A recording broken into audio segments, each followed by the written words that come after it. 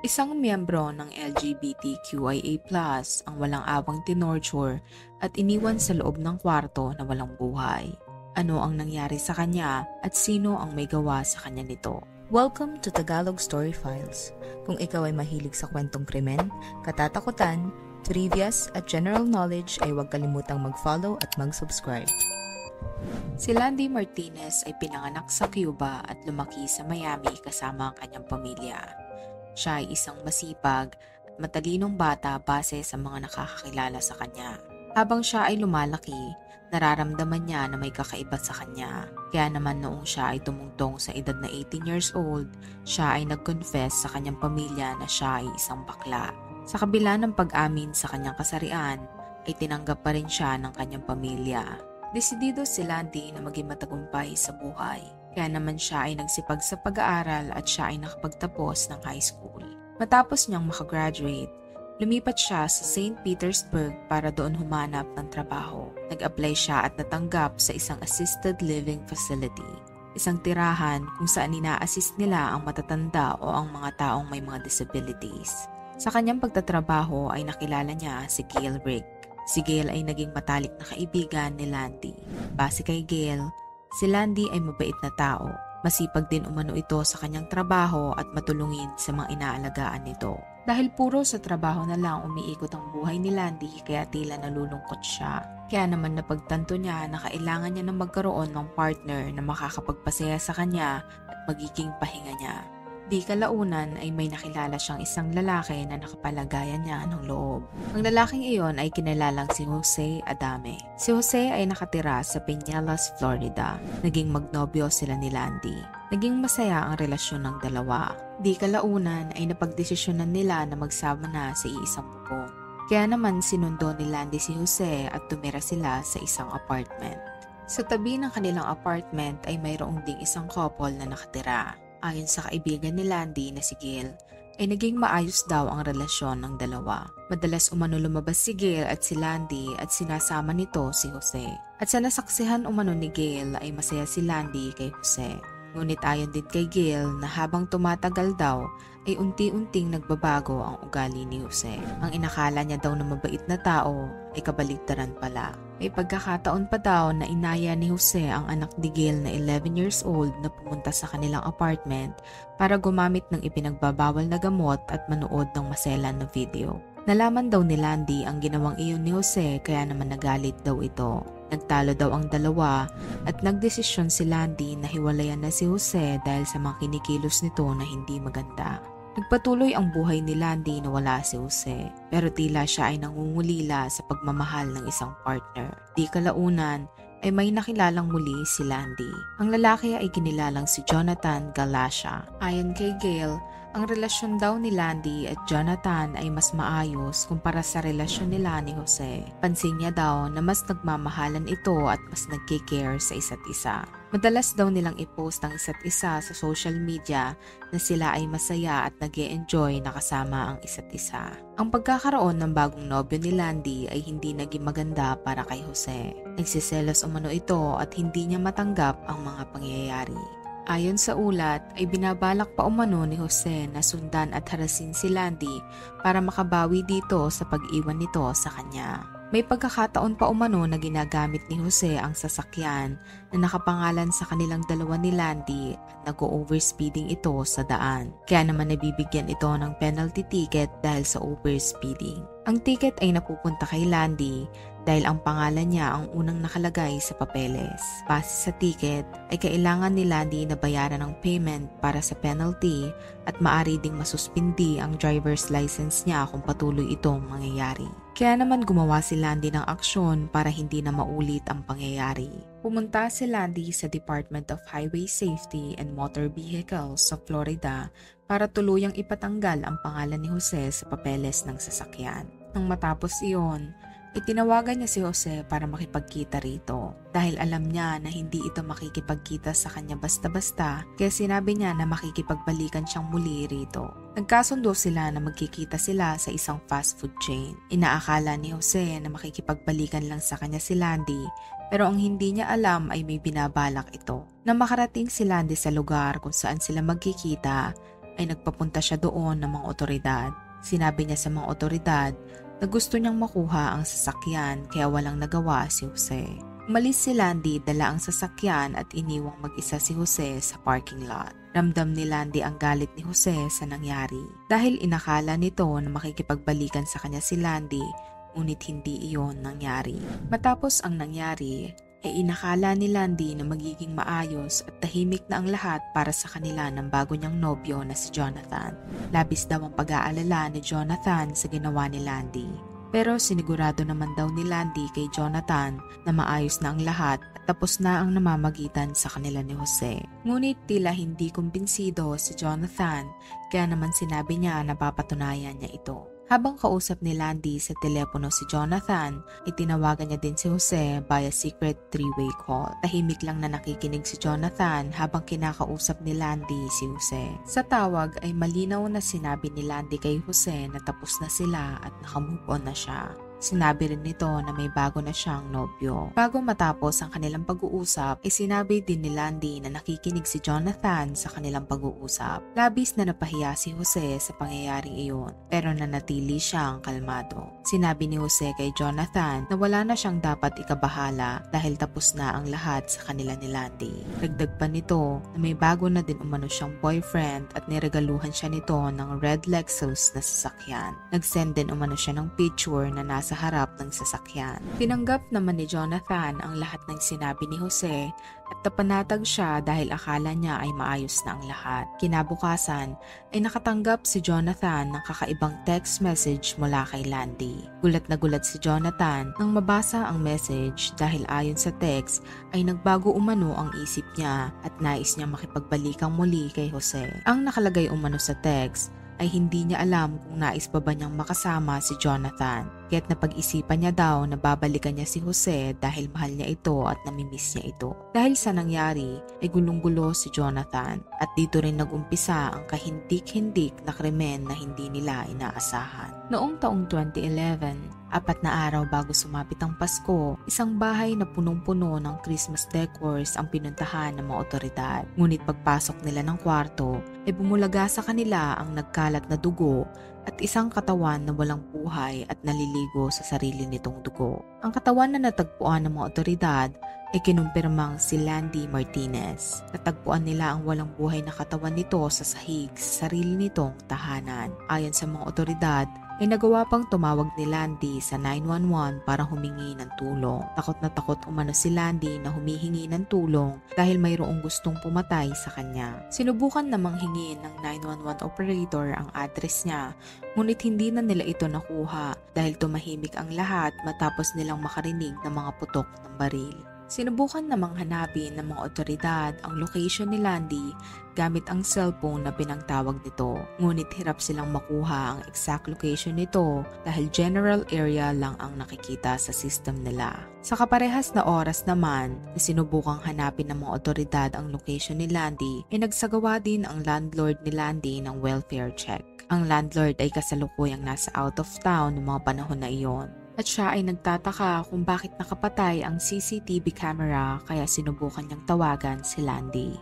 Nagsimula na umanong mag-alala ang landlord dahil hindi rin sumasagot sa tawag si Landy. Kaya naman tumawag na ito sa mga otoridad at ibinigay ang address ng kanyang apartment. Ang address na ibinigay ng landlord ay nag-match sa address na hinahanap ng mga otoridad, kaya agad-agad nila itong pinuntahan. Nang sila ay makarating sa address, ay nakita nila na basag ang bintana nito. Maging ang door handle ay sinira din, kaya nakumpirma nila na may mga nagpumilit na pumasok dito. Napansin din nila na ang 70 inches flat screen TV ay inalis sa wall. Kaya ang anggulo na tinitignan ng mga otoridad ay maaring pagnanakaw ang nangyari. Makalipas ang ilang oras ng pag-iimbestiga ay mas lalo silang nagsuspecha dahil mayroon umanong 2 magazine salesman na nag-aalok sa bahay-bahay. Mayroon din umanong 2 pang lalaki na nakita na naglalakad ng mabilis mula sa direksyon sa pinangyarihan ng krimen patungo sa sasakyan na nakapark sa dulo ng kalsada. Sa pag-iikot ng mga otoridad sa buong bahay, inapansin nila ang mga patak ng dugo. Nang sundan nila ito, ay napunta sila sa CR. Nang mabuksan nila ang CR, ay nakita nila na punong-puno ito ng dugo na tila ba may tinorture sa loob nito. Sinubukan din nilang tignan ng kwarto malapit sa CR at doon nila nakita ang katawan ni Landy na wala ng buhay. Nang suriin nila ito ay nakita nila na may tama ito ng baril sa ulo at sa dibdib. Base sa mga otoridad, kung pagnanakaw umano ang motibo ng suspect ay bakit kailangan pang torturein ang biktima. Nang makarating na ang forensic team sa pinangyarihan ng krimen, ay may nakita silang cellphone sa ilalim ng kama sa loob ng kwarto ni Landy. Nang buksan nila ang cellphone, ay nasaksihan nila ang isang kasuklam-suklam na video na tumagal ng 40 seconds. Ang kuha sa video na iyon ay naglalaman ng pag-torture kay Landy bago siya patayin. Kuhang-kuha sa video ang pag-iyak ni Landy at pagmamakaawa na wag siyang patayin habang siya ay nasa CR. Siya ay nakasuot ng white t-shirt at underwear at nakatali din ng duct tape ang kanyang kamay. Kuhang-kuha din sa video kung paano nila takutin si Landy habang hawak ang kutsilyo. Tinatakot nila si Landy para inumin o kaya ibuhos sa kanyang mata ang drano.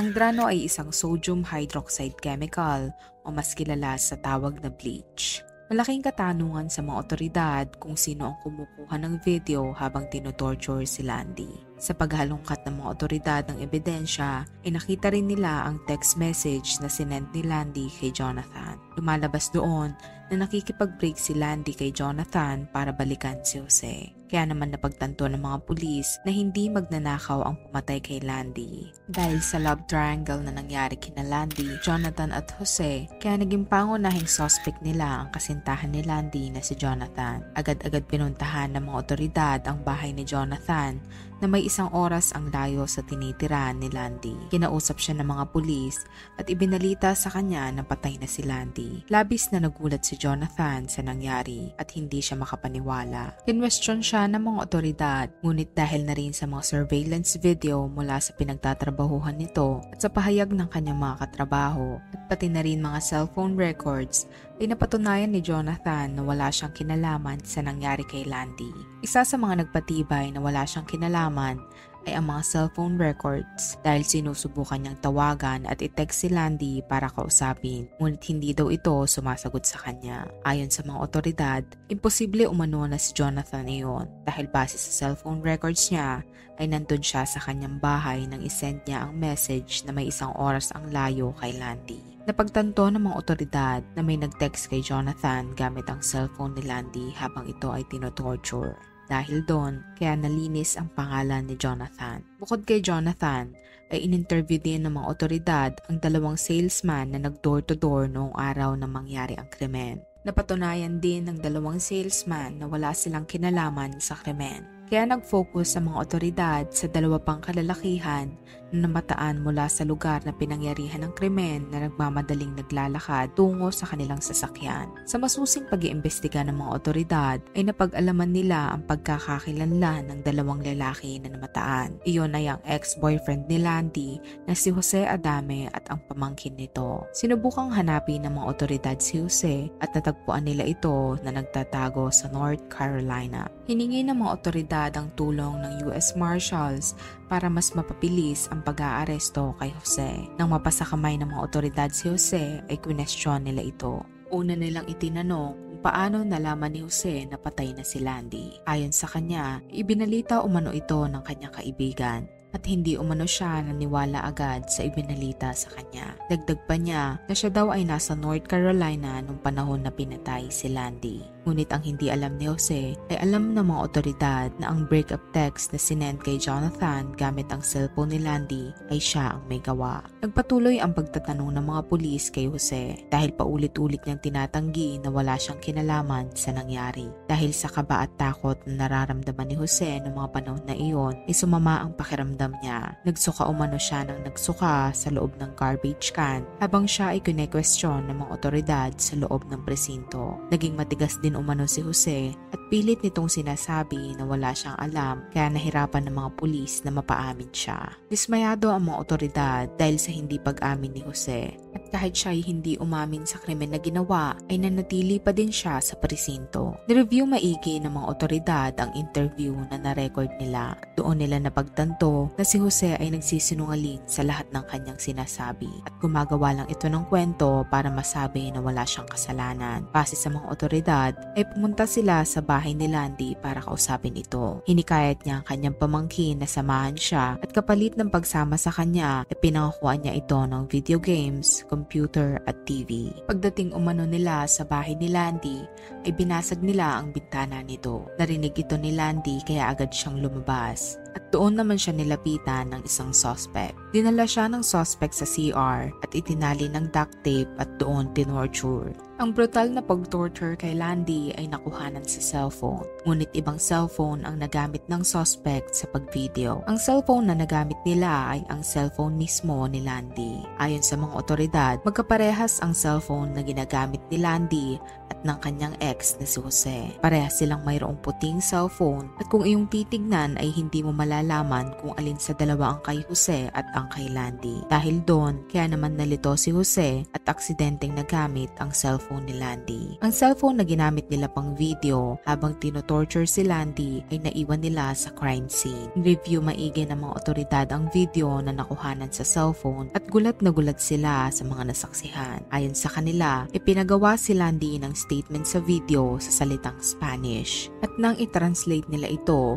ang mga salitang lumabas ay hindi si Jose ang problema. Si Jose ay isang kahanga-hangang tao at siya ay humihingi ng tawad sa lahat ng problema na naibigay niya kay Jose. Base sa mga otoridad, si Landy ay tinorture sa loob ng 2 oras at inilipat nila ito sa loob ng kwarto habang ninanakaw ang mga gamit sa loob ng bahay. Habang nasa loob ng kwarto si Landy, ay nagawa niyang tumawag sa 911 para humingi ng tulong sa mga otoridad. Nang marinig ng mga suspect na may kinakausap si Landy, ay agad nila itong pinuntahan. Mabilis namang inihagis ni Landy ang cellphone sa ilalim ng kama at tumakbo papunta sa kabilang kwarto at doon na siya walang awang binaril ng mga suspect. Matapos mabaril si Landy, ay napagtanto ng mga suspect na tumawag siya sa 911. Doon na sila magsimulang mataranta at tumakas. Makalipas ang 1 linggo matapos ang krimen, ay nahanap ng mga otoridad ang sasakyan na ginamit nila para tumakas. Natagpuan nila ito sa Hickory, North Carolina, kung saan nakatira ang ina ni Jose. Nang makakuha ang mga otoridad ng search warrant para sa sasakyan, ay agad silang nagsagawa ng search operation. Sa loob ng sasakyan, ay nakakita ang mga pulis ng dugo, duct tape. Nang suriin ng mga otoridad kung kaninong dugo ang nasa steering wheel, ay nagmatch ito kay Landy. Dahil sa patong-patong na ebidensya ng mga otoridad, ay inaresto nila si Jose at nilitis sa korte ang kanyang kaso. Sa korte ay nagkita ang suspect na si Jose at ang kaibigan ni Landy na si Gail. Ayon kay Gail, ay tila hindi nagsisisi si Jose sa kanyang ginawa. Sa pangalawang araw ng paglilitis ng kaso, ay pinakita ng mga otoridad ang torture video sa korte at nasaksihan ito ng lahat ng nasa hukuman. Para kay Gail at sa lahat ng nakasaksi sa video, ay malinaw na ang pagpatay kay Landy ay isang senseless crime of passion. Ayon kay Gail, ay ayaw ni Jose na may makarelasyong iba si Landy kaya niya ito pinatay. Base naman sa mga otoridad, ay gustong pagbayarin ni Jose si Landy sa lahat ng gulo na binigay nito sa kanyang buhay. Bukod doon, ay kasakiman din umano ang nag-udyok kay Jose para pagnakawan si Landy. Makalipas ang 2 araw ng paglilitis sa korte, ay hinatulan si Jose Adame ng guilty of first-degree murder at siya ay makukulong panghabang buhay at hindi mabibigyan ng parole. Hindi naman nakasuhan ang pamangkin ni Jose na 16 years old sa pagpatay kay Landy dahil ayon sa mga otoridad, ay wala silang sapat na ebidensya na magpapatunay tumulong siya sa pagpatay kahit na alam nila na sangkot ito sa krimen. Ayon kay Jose, ang pamangkin niya umano ang bumaril kay Landy. Ngunit kahit iyon ay totoo, hindi nila maaring ikulong ang bata hanggat walang matibay na ebidensya o pag-amin mula sa kanya. Habang si Jose ay nakakulong, ang kanyang pamangkin naman ay nananatiling malaya. Umaasa ang mga mahal sa buhay ni Landy na lalabas ang totoo at mapapanagot ang lahat ng may sala sa karumal-dumal na pagpatay sa kanya. Kaya't paalala sa lahat ng aming manonood na maging mapili sa taong mamahalin at pagkakatiwalaan. Kung ikaw ang tatanungin, sa iyong palagay, dapat bang makulong ang pamangkin ni Jose? Kung may kaso kayong gustong itampok sa ating channel ay huwag magkatubiling i-comment ito. At kung nagustuhan mo ang video na ito ay huwag kalimutang mag-like at mag-subscribe. Huwag din kalimutang i-on ang notification bell para maging updated ka sa mga bago naming videos. Thank you for watching.